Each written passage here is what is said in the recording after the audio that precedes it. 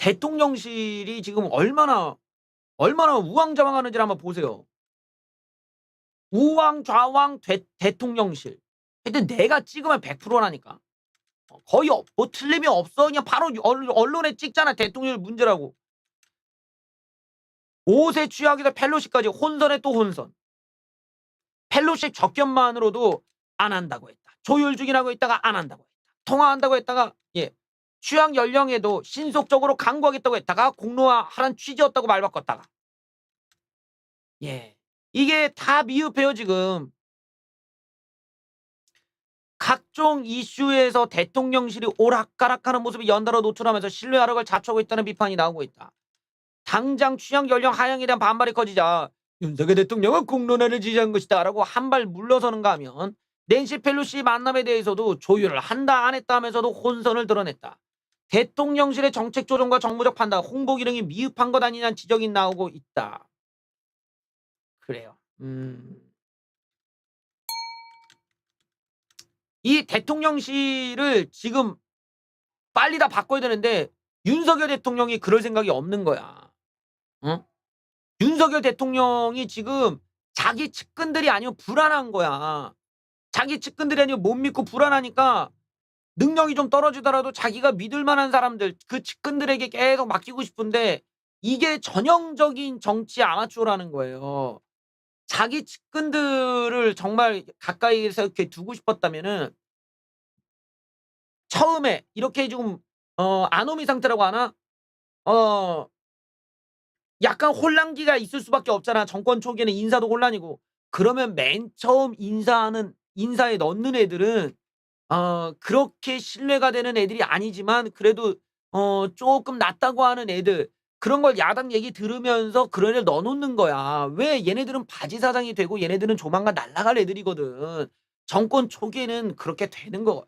이런 애들 내려놓고 논란이 일어났다. 그러면 한 명씩 날리면서 대통령이 이렇게 국민들의 민심과 소통하고 있고 또 이런 국민들의 비판을 듣고 있고 이러면서 서서히 자기 측근과 이렇게 바꿔가면서 넘어가는데 미리부터 싹 다 자기 능력은 없는데 자기 측근들로 다 깔아버리니까 윤석열 대통령도 내려놓기 힘들고 측근들이라는 사람들도 이게 나한테 평생에 한 번 올까 말까한 기회인데 이걸 내가 놓으면 나 백수돼 이러면서 못 나가는 거 안 나가고 버티기 하고 이런 상황으로 이거 완전히 이게 총체적 난국이 돼버리는 거야 지금. 그러고선 실력 없고. 그러니까 정무적 감각이 없었던 거지. 처음부터 그렇게 측근을 깔아놓는 게 아니라 측근들은 서서히 넣는 거거든. 근데 문제가 돼버렸어요 지금. 자, 여기 한번 이런 또 내용을 한번 보죠. 왜 이렇게 사고가 많냐. 비전문가가 많으니까 이런 거야. 비전문가. 장관, 차관, 차관보까지 다 비전문가야. 장관, 차관 모두 행정 전문가인데 요직도 경험도 없고 준비 없이 밀어붙였다가 난리가 난 건데 혼란스러워서 지금 대응도 못합니다. 자, 초등학교 입학 연령 하향화에 대해서 비전문가 일색인 교육 수뇌부 인적 구성에 한몫했다는 지적이 나온다. 일단 박순애 교육부 장관 행정학자 출신으로 교육정책 경험이 전무. 장상윤 차관은 국무조정실 출신이고 차관보는 기획재정부, 교육부랑 관련도 없어. 교육행정의 무경험자들이 여기 왜 들어간 거야 또 하나. 진짜 흥미롭구만. 과거 정부에선 거의 없었던 일이다. 교육계에서는 교육정책은 이해관계자가 많아 하나하나가 민감한 파장을 불러올 수 있는데 그 심각성을 몰랐다. 박 장관은 교육정책을 다루거나 행정을 맡아본 경험이 없다. 지명 당시부터 전문성이 부족하다는 지적이 나오는데 그 맹점이 드러나고 만 것이다. 자, 장관이 흔들리면 뭐예요? 다른 지휘부라도 중심을 줘야 되는데 교육 수뇌부가 다들 미비해. 교육행정을 모르는 장관이 특정 정책을 밀어붙인다면 차관이 문제를 제기하고 설득해야 되는데 그러지 못하고 있다. 장관이 모르면 차관이라도 알아야 되는데 둘 다 초보다.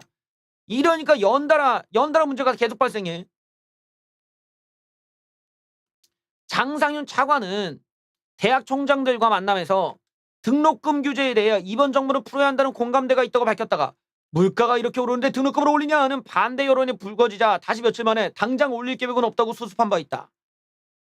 차관이 학부모들의 입장에서는 등록금 문제가 얼마나 민감한지 몰랐기 때문에 이런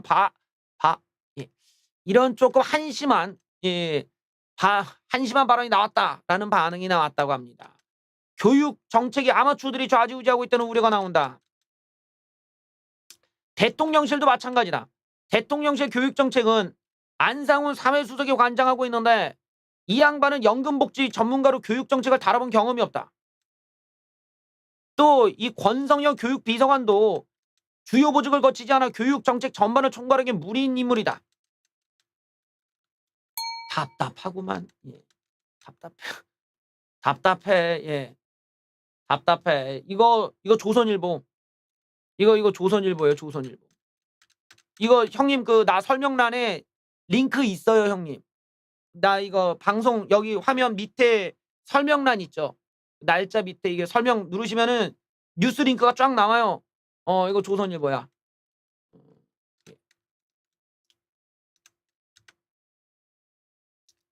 오늘 또 이거 웬일인가요? 박순애 장관이 기자들 피해 도망치다 신발이 벗겨졌다고 합니다. 이거 참. 예.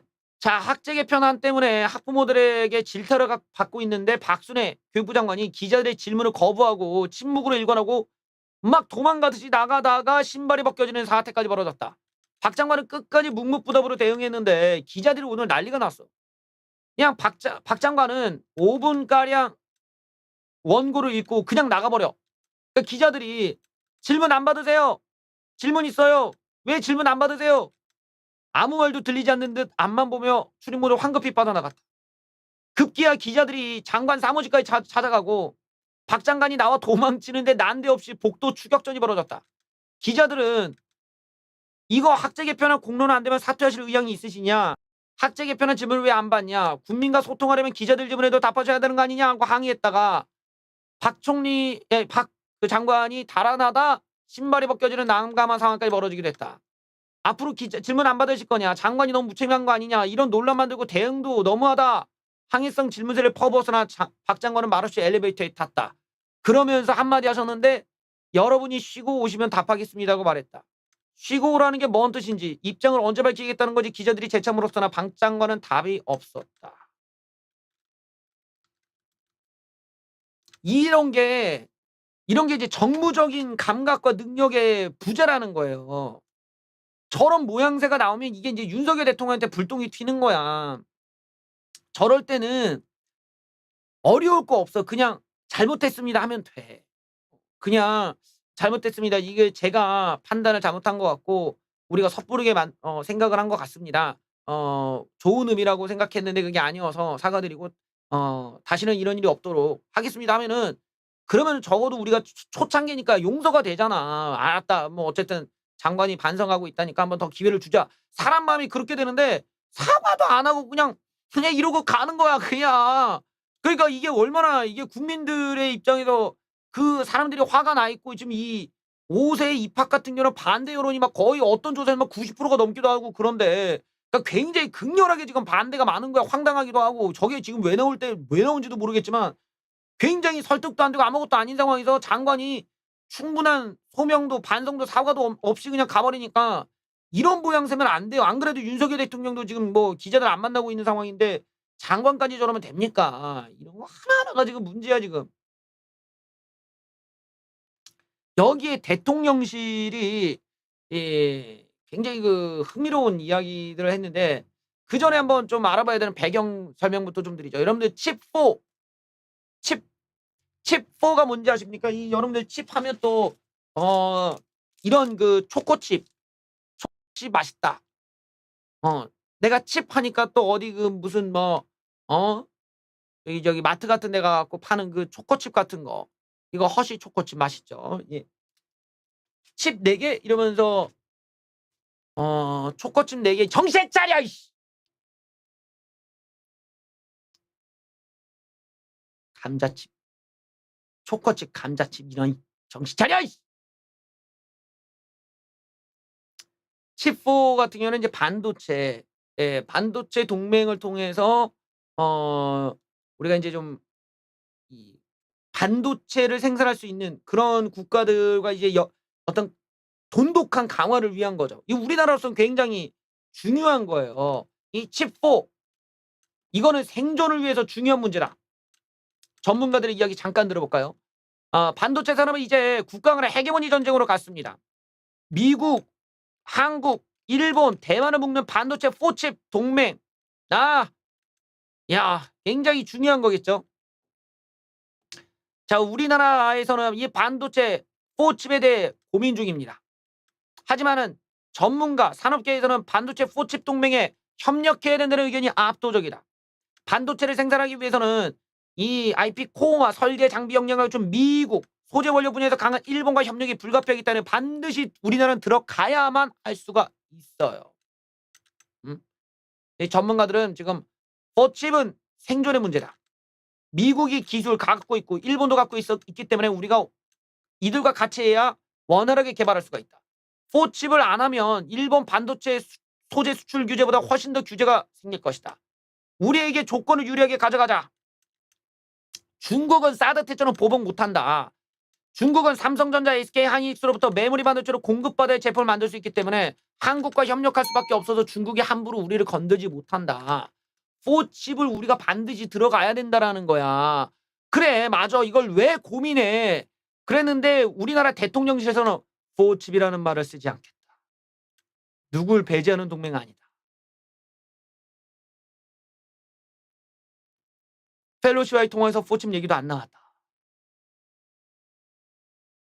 반도체 협의 이 정도로 하겠다. 이거 저 대통령실 저 대통령실 쟤네들 문제가 좀 있어. 쟤네들 얘네들 좀 말하는 거 보면은 약간 좀 이상해. 약간 이걸 아니 이게 대통령실이 아니라 어디 이제 뭐 중국 뭐 이래가지고 뭐 뉴스는 이렇게 나오지. 칩4라는 말 쓰지 않겠다. 뭐 이러면은 이해가 되는데 우리나라 대통령실이 왜 나대니 이런 걸 왜 나대?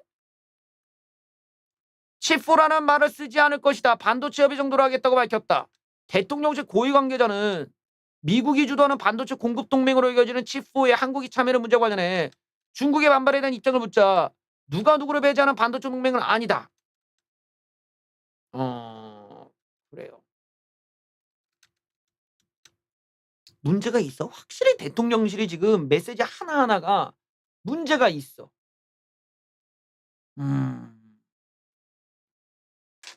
그러니까 이게 그 왜 중국에 저렇게 눈치를 보는가에 대해서 윤석열 대통령 측근 중에 친중주의자들이 있기 때문 아니냐라고